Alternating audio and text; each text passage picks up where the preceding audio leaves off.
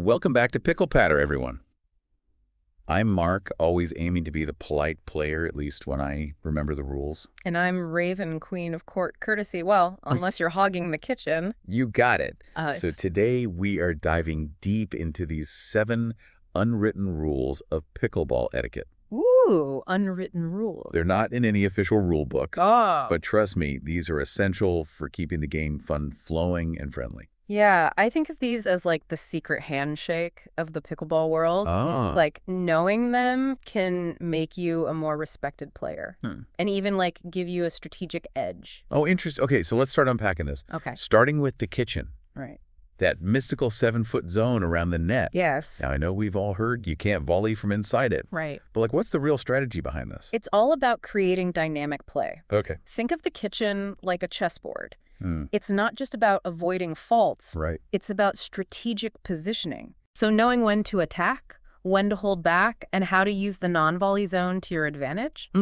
It just adds a whole new layer of skill to pickleball. So it's not just about safety, it's about making the game more interesting. Yeah. I like that. Exactly. But speaking of safety, let's talk about what happens when someone does step into the kitchen during a volley. Ooh. Do you just, like, scream fault at the top of your lungs? Well, you could, but, there's a more graceful way to handle it. Okay. Look, everyone makes mistakes, even seasoned players. If you happen to, step into the kitchen while volleying, own up to it. Okay. A simple "my fault" shows good sportsmanship. My fault. Yeah. Okay, what about when it's the other player who commits the kitchen violation? Yeah. How do you call them out without sounding like a jerk? You could simply say something like, "I think you might have been in the kitchen on that one." Yeah. Just in a friendly tone. Right. It's not about accusing anyone. It's about maintaining the integrity of the game. Plus, it can actually help your opponents improve their awareness. Right. It's like a subtle coaching moment, Exactly. disguised as good etiquette. I dig it. Now, let's talk about scorekeeping. All right. Another essential piece of the pickleball puzzle. Yes. Seems simple enough, but why is calling the score so crucial? Right. Like, isn't it just about knowing who's winning? It's about way more than that. Okay. A clear score call prevents confusion arguments. Right. And just keeps the game moving smoothly. Yeah. Plus, it shows respect for your opponents. Okay. You're keeping them informed. And here's where it gets interesting. The order of the score call actually changes depending on whether you're playing singles or doubles. Oh, yeah. Most people just know the basic, server score, receiver score, server number. Right, right. But in doubles, you also need to indicate which server's up. Exactly. And this is where things can get tricky, especially for newer players. Yeah. But once you get the hang of it, calling the score clearly becomes second nature. It's like learning a new dance move. Oh. Once you master it, you can really impress your partner. Speaking of partners, I have a confession to make. Uh-oh. There was this one time I completely blanked on the score mid-game. Oh, no. It's like my brain just went on vacation. Oh, my God. I think I even started making up numbers. Oh, I remember that. You do? It was hilarious. You were so focused on that crazy backhand shot you did. Yeah. You were completely zoned out. Oh, man. I think you called out 7-2 purple at one point. Hey, at least I was creative. Right. But seriously, that experience taught me a valuable lesson. When in doubt, just ask. Yes. There's no shame in clarifying the score with your opponent or partner. It's better than causing confusion or delays. Absolutely. And remember, the key to a clear score call is to project your voice, especially outdoors. Yes. No one wants to play a game of charades while trying to keep score. Okay, so we've covered the kitchen, we've covered scorekeeping, but what about those pesky pickleballs that always seem to end up on other courts? Oh, yeah. It's like they have a mind of their own. Right. Is there an art to retrieving those rogue balls? There definitely is. The first rule of ball retrieval is safety. Okay. If a ball rolls onto your court during a point, you immediately stop play. Yell, "Ball on court." Safety always trumps etiquette. Right. We don't want anyone getting injured because they're too busy chasing after a runaway pickleball. Exactly. But what about those times when it is safe to retrieve balls? Is it ever okay to just leave them lying there? Well, it depends on the situation, between points. Okay. During breaks, or when it won't interrupt another game. Being a fetching friend is a great way to show good sportsmanship. Okay, so when it's appropriate, be helpful. Exactly. I've actually developed my own signature move for returning balls to other courts. I call it the roll and bounce. You gently roll the ball toward the other court and let it bounce once before they catch it. Oh. That's much smoother than just chucking it over the fence. Oh, that's a great tip. It's all about like being considerate and minimizing disruption. But there are times when fetching balls can actually be counterproductive. Like when... Well, imagine you're in the middle of a tense rally. Okay. And someone comes sprinting onto your court to grab a stray ball. Oh, yeah. Talk about a distraction. Yeah. It's important to be aware of the flow of the game and use your judgment. Okay. You know, if players are close to their ball, let them get it themselves. Right. You don't want to be that overeager ball chaser who breaks everyone's concentration.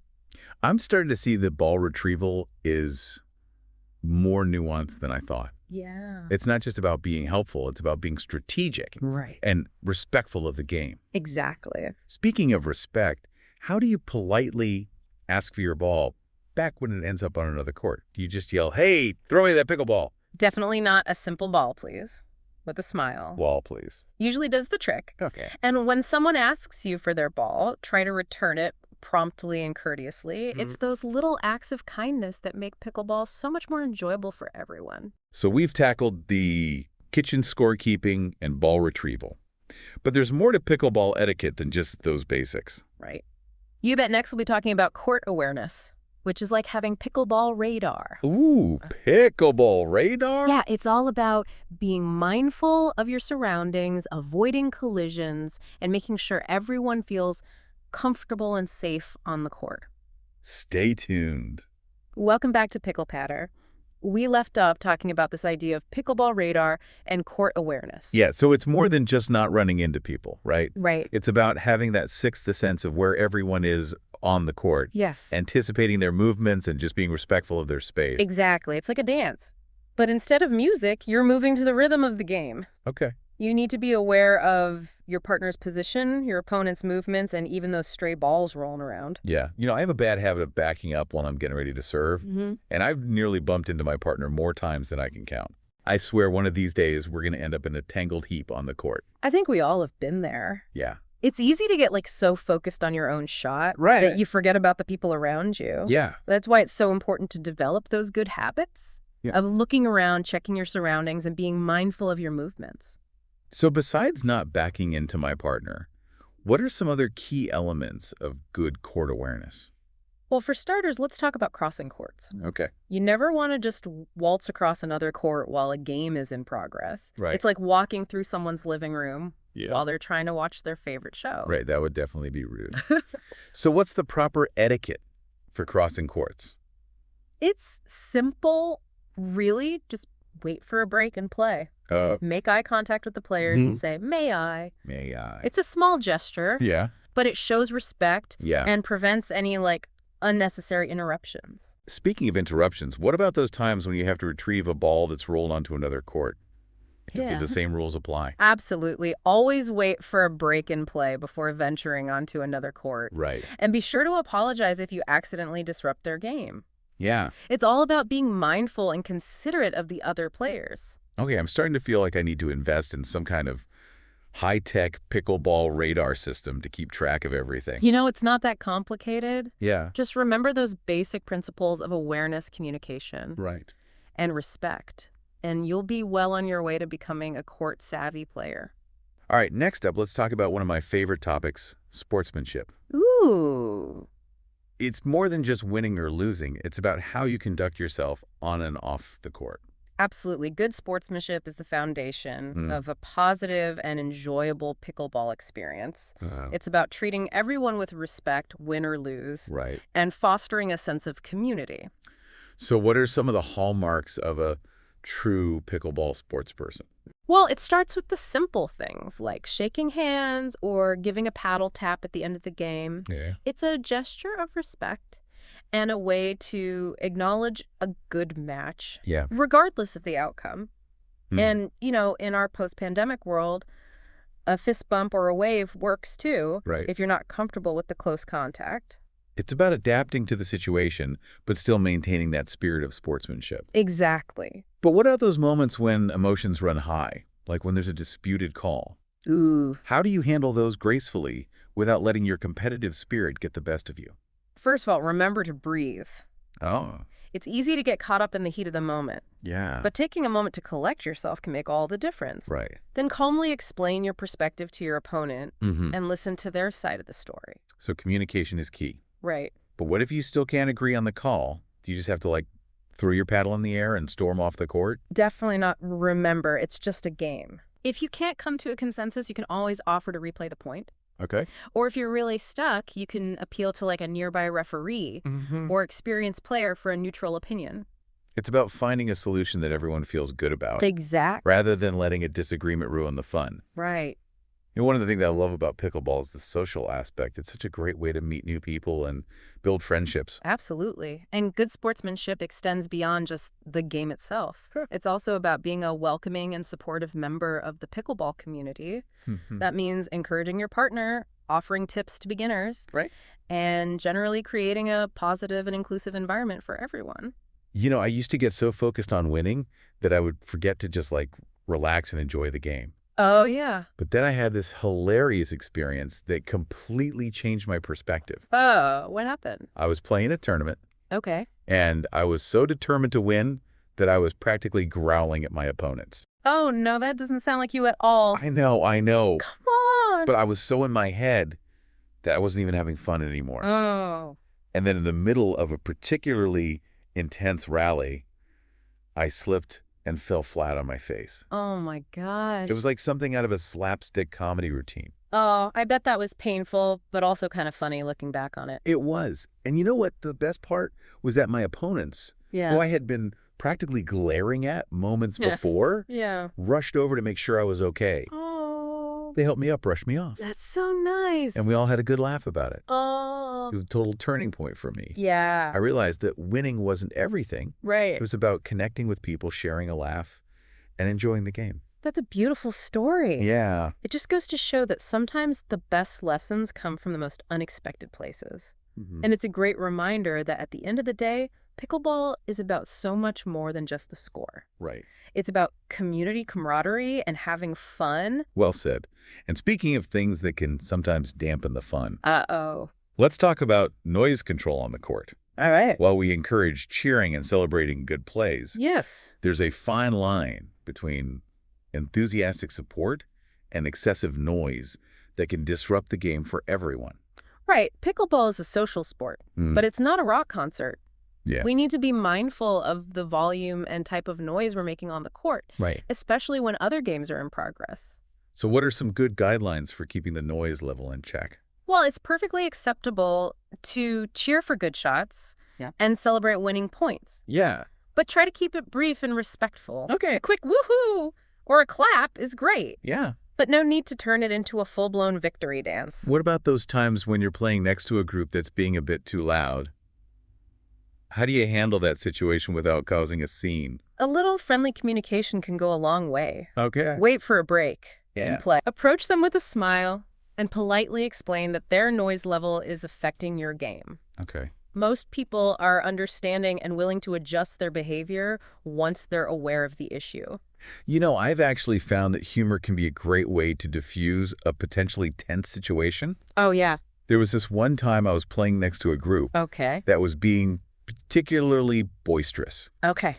Every time they won a point, they'd let out these loud whips and hollers Uh-oh. that were making it impossible to concentrate. Oh, no. What did you do? Well, after a few points, I couldn't take it anymore. Right. So during a break, I walked over to them Yeah. with a big smile and said, "Hey, I'm loving the enthusiasm, but do you mind if we turn the volume down just a tad? My ears are starting to ring like a pickleball hitting the sweet spot." Oh, that's a great way to address the issue without being confrontational. Yeah.